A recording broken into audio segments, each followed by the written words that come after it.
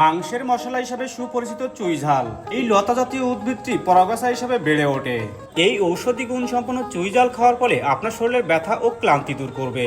এই চুই ঝাল আপনার মুখে রুচি বাড়াবে এবং খাদ্যের স্বাদের ভিন্নতা নিয়ে আসবে। দিন এই চুই ঝালের ব্যবহার জনপ্রিয় হয়ে উঠছে আমাদের দেশে।